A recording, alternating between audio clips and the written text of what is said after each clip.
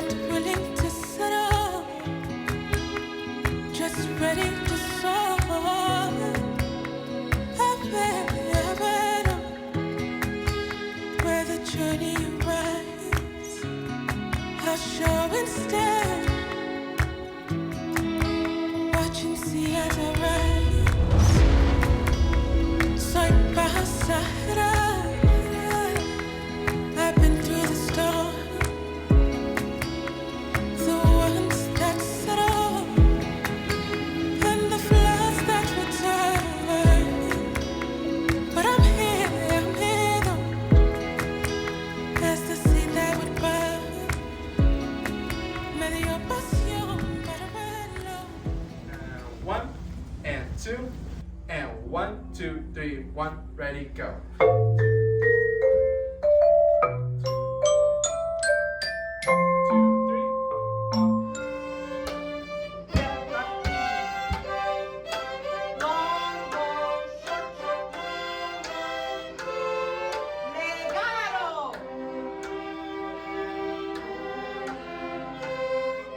Everybody go to the tuning stations.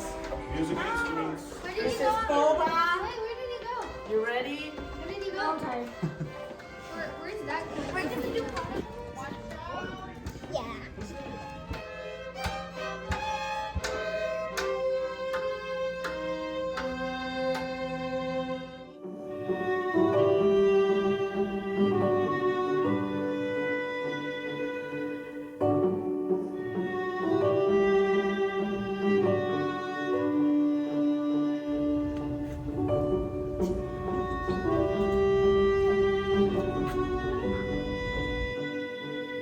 I was born and raised in Salinas, and I grew up like in the north side. Line 42, service to East Salinas. This is a cello. Ms. Deanna was actually the one that convinced me to play cello. I play guitar, I play violin, I play the drums, like percussion instruments, cymbals, timpani, this instrument called the jarana, a little bit of the ukulele, not as much.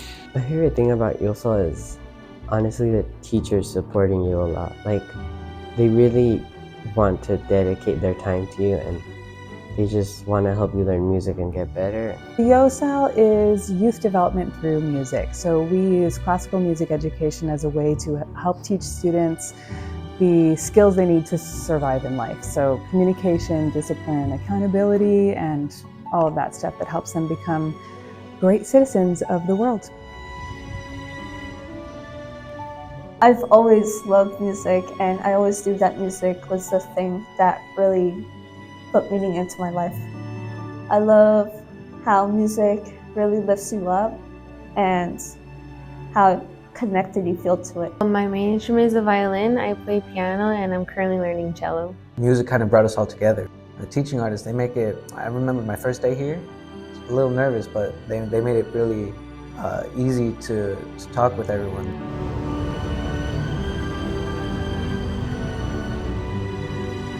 You know, I have found often that society doesn't have very high expectations of our particular demographic of young person. And first of all, it's ridiculous because there should be no different expectation from one person to the other. Everyone's capable of everything. So one thing that I really strive to impart into our program is that you don't have to meet society's expectation of you. You can be as great and excellent as the next person, and even better. But you need to develop these skills that will allow you to reach those limits and those goals, and don't be comfortable where you are.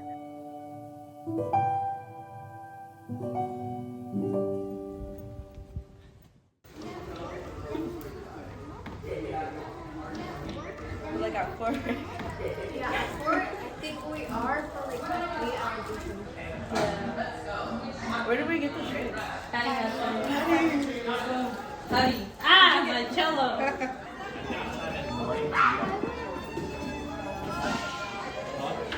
Take a seat here and there.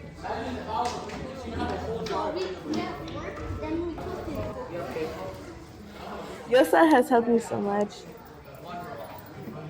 I made a lot of friends over here. I feel like I have more closer friends here than at home. Rafael, can you play E? Can you play? Is your guitar in sync? Can you play E like this? I think like it's just like helped us like be more like closer knit together. I found my people here, my village.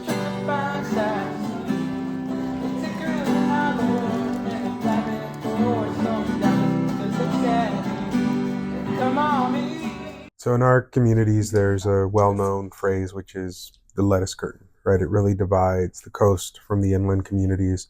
We're a microcosm of California, where folks who live closer to the coast tend to make more money, have a lot better outcomes in terms of health opportunities. And we know that on our end of that spectrum, there's a lot of challenges, specifically just making ends meet, making sure your bills get paid, making sure that you keep a roof over your head can be a major challenge. One of those things is after school care. What happens to your kids when you're working and you're not able to be home to welcome them home? Programs like YOSAL fit a very unique gap for us because we have historically had some major challenges where there was nobody home to help, and what was happening was folks, young kids, young youth in our community were falling into the gang life. It's not something that we're ignoring in our community. It is something we're well aware of, and folks that grew up in this community can all talk to some experience. But the opportunity that those gangs saw when kids didn't have a safe place to go after school is a cycle we need to break. And YOSAL does that. YOSAL is a safe space for people to go, young kids to go after school, to make sure that they continue to have access and opportunity. So I've been in YOSAL since I was 4, and my mom put me in the program. I'm 14 now, so it's been 10 years.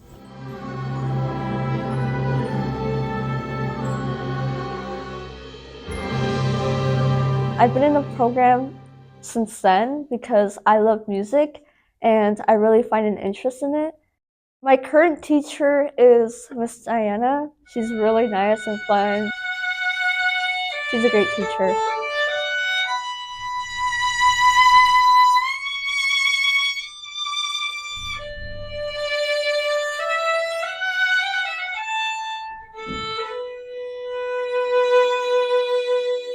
I got into music actually before I was born, and my mom is really proud of this because when my mom was pregnant, she will always listen to classical music, which is well known, like the kids, the babies can listen to the music through, the moms. So when I was born, my mom would just play classical music for me.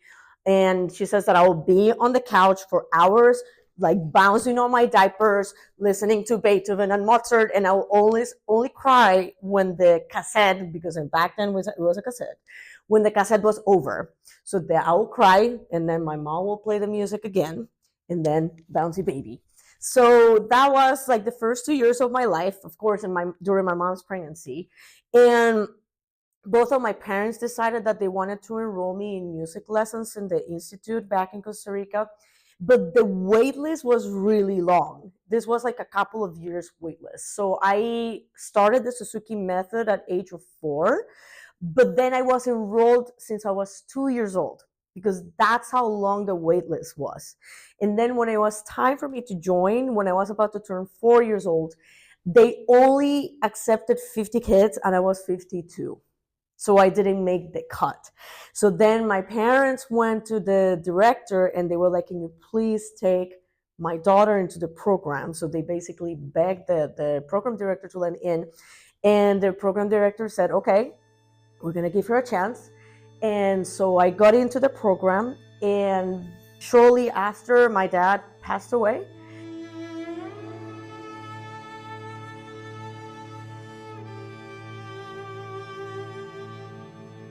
And he made a life choice to leave this world, and I started music lessons about 4 weeks after.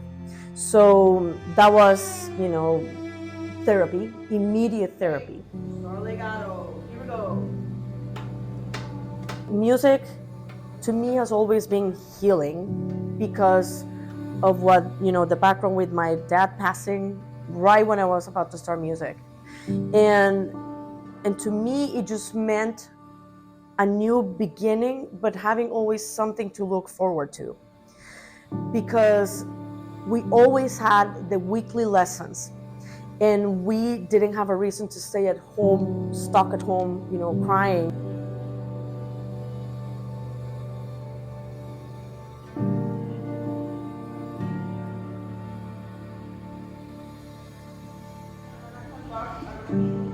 Okay, so let's practice just viewing each piece.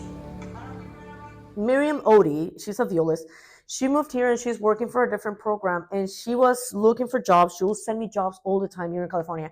And she was like, hey, check this out. This is the Youth Orchestra Salinas, and they're really close from where I live. You should check it out. You should apply. So I started looking because there was an opening for upper strength specialist at that point, and I was like, okay, I'm gonna see what the opportunity is. And I realized it was a Sistema program. And if you have heard about El Sistema program, Sistema is a program that was born in Venezuela back in the 80s.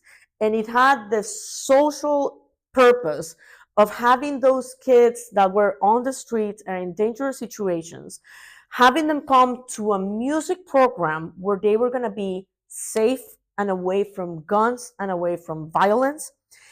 And that program was so successful that it expanded around the world. So Sistema is all over the world right now. And this is the inspiration behind Youth Orchestra Salinas, behind YOSAL. Being a social program that also teaches music, but music is just the vehicle, for the social change.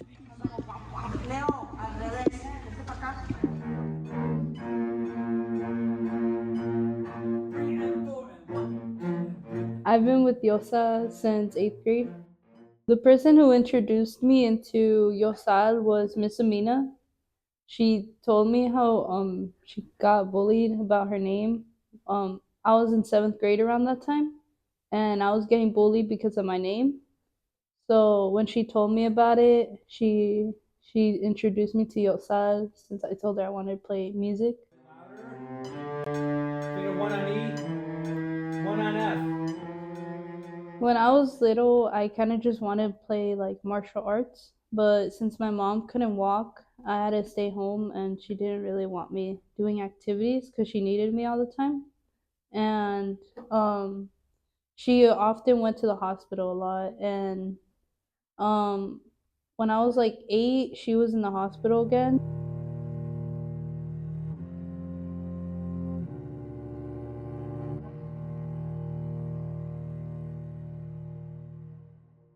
One night on January 11th, 2019, I barely just turned 9, and I didn't know what was going on, so they took me at my uncle's house from my mom's side, and I just saw like a lot of people crying. I was confused what was going on. And my brother and his girlfriend and my dad took me into like the car. They spoke to me and told me what was going on. I just froze there, like I just didn't want to show like that I was really sad. I guess she got really sick. I didn't know, so she passed away.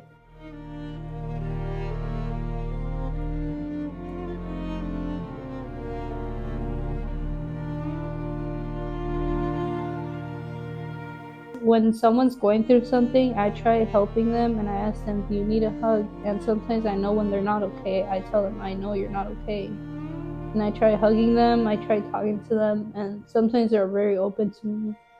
I tried helping out a lot. You have a rest on beat 1, right? Because that makes it true.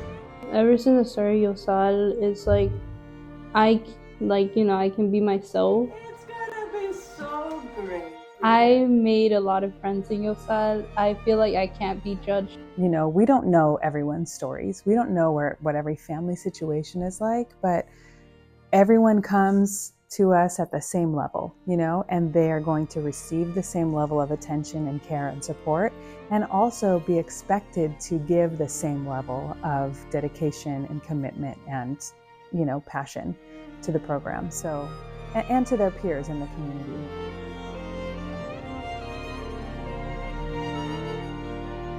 Have more than 2 months left in 2009, and as we do, Salinas is now approaching some sad territory on its streets. Salinas' violence rate was on par with that of Oakland, of Richmond, of Chicago, larger cities like Detroit. In fact, in the 2010s, we were selected by President Obama to join the National Forum on Youth Violence Prevention. They selected cities who were having significant violence issues, especially with youth. And we were the smallest city that was a part of that initial 6-city selection. Every other city was pretty large. But in order to be selected, you also had to have a plan in place. And we had just developed a strategic plan on violence prevention through the Community Alliance for Safety and Peace. And that helped us get into that network. And so what's different with CASP and the approach that we started to take with violence, starting in about 2010, was really looking at prevention as our primary focus. Before that, our approach to violence was really about enforcement. And so we invested heavily in police. Unfortunately, punishing violence wasn't necessarily leading to a reduction in violence. And so we really needed to understand what we were competing with, why people were turning to violence, and what we can do as a community to change that. And Salinas was, there's nothing to do here for our kids. Unless you had a lot of money, there just wasn't a lot to get involved in. In fact, you saw most fine art and music programs decimated during that 10-year period. What you started to see in 2010s is the pendulum swing coming back as we noticed the impact that was happening in many of our communities and the reinvestment over the last 10 years in the arts, in dance, in any performative arts, in music, has really, I think, played a huge role in violence reduction. Most importantly, a lot of these programs are being made available for free. And YOSAL is a big part of that. And but our school districts choosing to reinvest in a large scale has been really important. I think this free program is very important, especially in our community. A lot of these students come from parents who are farm workers who may not be able to afford a musical education or instruments or private lessons or anything like that. And I think it's very helpful in a way. Some of these kids might come here maybe because they don't have anywhere else to go. And at the same time, they're getting an education. So, it comes hand in hand for the parent. But I think it really changes a student's life.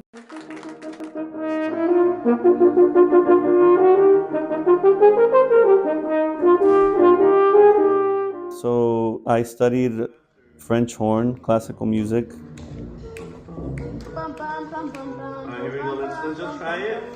Let's just play through it, and then we'll talk about if you need. I've always been interested in giving back, because my life obviously could have turned so differently had I not had important people throughout my life that could help me with this kind of dream of music.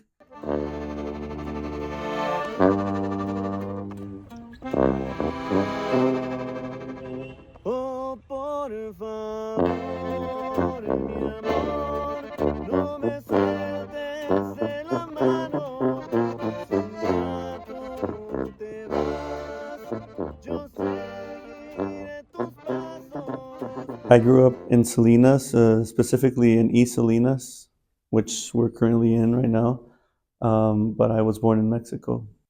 So originally, I got into music because my father passed away, and one of the last things he left for us was just a collection of cassettes, which a lot of kids probably don't know what that is nowadays, but cassettes of Vicente Fernandez, who's a mariachi singer, really famous mariachi singer from Mexico. And so that was my connection to my dad. And so I would just listen to the cassettes and learn the songs. So I just started singing the songs for the family. And when my uncles would have carne asada, barbecue days, they'd be like, hey, sing a song and we'll give you a couple bucks. And so I just started singing, and that's how I got into music. I started at the age of 9. And like I said, this teacher just had this idea of creating a band. So instead of having recess, we would have band rehearsal every day. So you can imagine playing every day, you get pretty good at it. So we were a pretty like strong little band, and then as time went by, I actually ended up moving in with her because, like I said, early 2000s there was not much going on in terms of music here in Salinas, and so she offered. She's like, me and my husband, we'd like to bring you in, and Santa Cruz High School has a great band. So I ended up doing that. My mom allowed for me to go, and I think she also allowed for me to go because like when I was 13, my brother was murdered, and it had to do with like gang violence, and my neighborhood where I grew up was heavily impacted by this, and my mom was just kind of afraid that I would kind of follow the same footsteps, and so they made that deal, and I moved with my teacher to Santa Cruz, and that's where I went to high school. What do you say to, kids your age who think, well, gangs are a good way of feeling like part of a group and, getting your confidence and all that kind of stuff? No, it's all lies. It all leads to nothing good. Of course, you've got a good music program. You're already in demand. You're playing in orchestras in Northern California, and just had this wonderful opportunity for school coming up. Isn't that right? Mm-hmm. Yeah. When my brother passed away, I was 13 years old, and I was part of another orchestra program called Youth Music Monterey, which was the only one at the time. YOSAL hadn't come around yet, and so I was playing there. And I remember like my teacher had just bought me like a CD of like this really famous French horn player. His name was Dennis Brain. And so it had like a bunch of like famous solo pieces that he recorded for the French horn. And when my brother passed, that was like what I would just be listening to all day. And his friend killed him. It's dangerous for young people to live here. That was kind of my escape from like, I didn't kind of recognize it then, but like the trauma, and also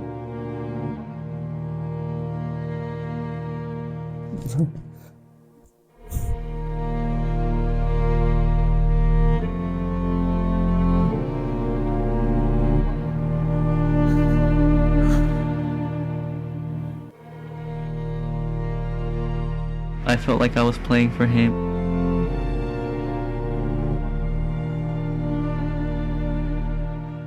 it was a pretty traumatic time, and like my mom was like single parent, like obviously like she's always worked in the agriculture industry, so it's like she worked harvesting, like at the time she worked in lettuce, and so like it's like really grueling work and long hours. So like we kind of like, my older siblings kind of helped raise us, and so yeah, when that happened, like losing my brother was kind of like losing my father, because he kind of took on that role. And so like the music was really like what I could use to kind of escape that reality at the time. Music is music, and musicality can be taught in any genre. And so when you asked me about coming back, I was supposed to be working somewhere else, didn't pan out. And so I was driving and I was pretty upset, and I saw the sign, the YOSAL sign up here by the road. And I was like, YOSAL, I've seen that before. Let me go check it out and see if, like, I don't know, maybe they need a volunteer or something. And so I came in, and the first person I saw was Jackie, who was my teacher growing up. And I was like, what? And he's like, oh, come on, Lolo, like, I want you to meet everyone. And he's like, what are you doing here? I was like, I'm looking for a job, actually. He's like, well, perfect. We're looking for like a teacher,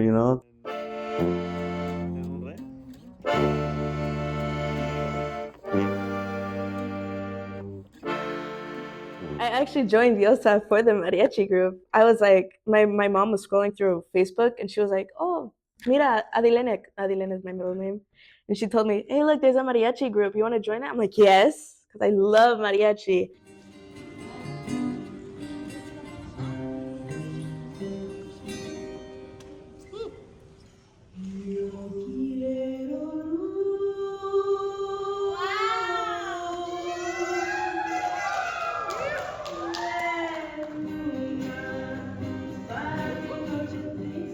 And she was telling me like, oh, YOSAL, your siblings were in it too when you were when you were younger, and I think you were in it too. And I was like, really? I don't remember.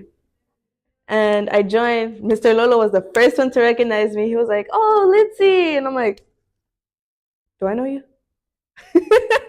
And so when YOSAL heard students wanting to play that music and families desiring to see it brought back into their house, they stepped up and said, we can do that too. It wasn't a choice of one or the other. The ability and willingness to embrace the cultural difference of a place where you're trying to bring change, I think is a huge value that YOSAL brought to the table in Salinas and throughout Monterey County. I see that value, and I understand for someone like me that grew up without the opportunity to play mariachi music, wanting to, watching these kids, 7, 8 years old, getting to learn it on a trumpet like I wanted to at that age, it fills my heart with joy. And I know that for their families, it is a point of pride that their kids are learning the music of Diaz Infante, of really of some of the greatest masters of all time, including Vicente Fernandez. Being able to learn that music and bring it back into the household is something that I can never say thank you enough to every person who's ever given a dime to YOSAL, because culturally they're elevating who we are and saying what you bring to the table is just as important as all the classics. And for that reason, I think it's just one more reason we should all be investing in YOSAL together.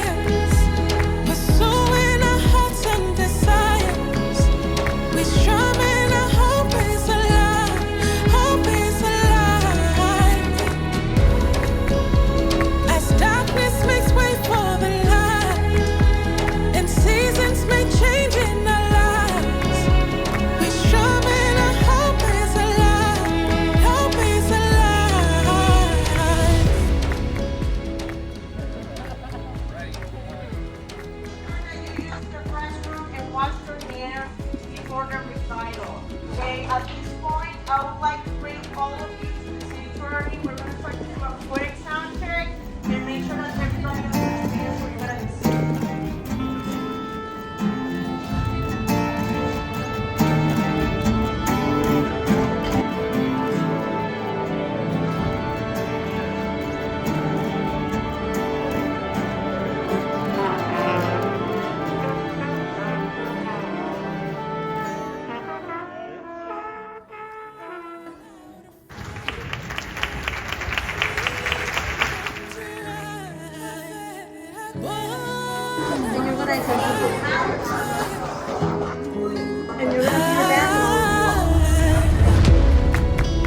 Somos pasajeros, we're ready to ride, not willing to settle, just ready to soar. They say I've had all, where the journey arrives, will show instead.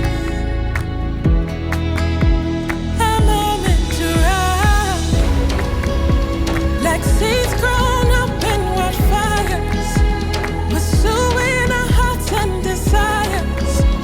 We strumming our hope is alive, hope is alive. As darkness makes way for the light, and seasons may change in our lives. We strumming our hope is alive, hope is alive.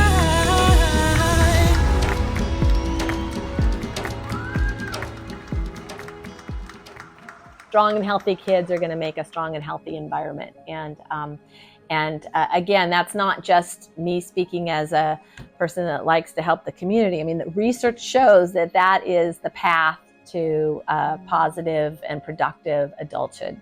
They are learning not only musical skills, but team building, what it means to be a part of something, right?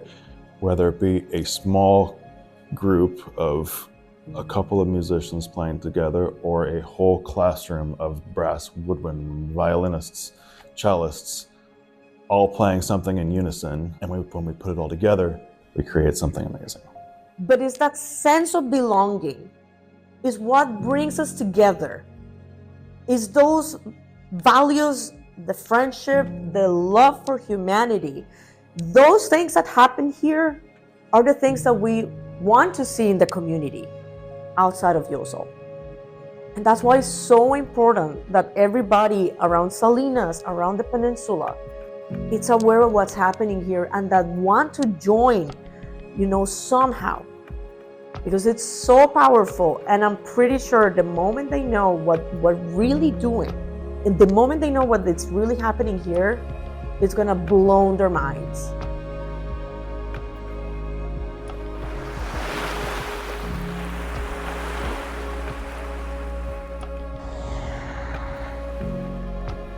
Whether you live on the right side of the lettuce curtain or the other side, and depending on which side you live on, you can decide what that means. But from my side, which I always consider to be the more beautiful side, yeah, we don't farm ocean views, we farm the ground. We produce food, we put it on the table for the rest of the nation, and we do it with pride. We're very proud of the sacrifice it takes to do what we do and of the product that we create. And I'm not just talking about the produce, I'm talking about the people, the young kids who come from our community, do incredible things throughout the world.